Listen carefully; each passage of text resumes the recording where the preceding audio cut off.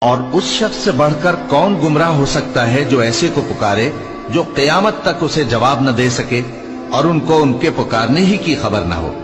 علماء کرام کو برا بھلا کہنے کی بجائے اپنے گریبانوں میں جھانکیے۔ آپ خود کیوں نہیں پڑھتے دین کو؟ آپ نے ڈاکٹری پڑھی، آپ نے انجینئرنگ پڑھی، آپ نے MBA کیا، آپ نے کمپیوٹر سائنس کے اندر MSc کیا، آپ کیوں نہیں پڑھتے؟ آپ نے یہ مولوی پروفیشن کریٹ کیوں کیا ہے؟ اسلام میں کوئی مولوی پروفیشن نہیں ہے۔ اسلام میں نہ پاپائیت ہے نہ برہمنیت ہے۔ ہر مسلمان کو اس قابل ہونا چاہیے کہ نماز پڑھائے، ہر مسلمان کو اس قابل ہونا چاہیے اپنی بیٹی کا نکاح خود پڑھائے، ہر مسلمان کو اس قابل ہونا چاہیے کہ اپنے باپ کا جنازہ خود پڑھائے۔ جو دعا اس کے دل کی گہرائی سے نکلے گی وہ کسی عالم دین کے دل سے نکل سکتی ہے۔ تو اصل میں ہم نے اختیار کیا دنیاوی تعلیم، جس میں پیسہ ہے، جس میں عزت ہے، جس میں گلیمر ہے، جس میں اونچے کیریئر ہے، اور ہم نے باقی کام چھوڑ دیا ہے علماء کے، تو پھر ان پر تنقید کرتے ہیں۔ لہذا اپنے گریبانوں میں جھانکیں۔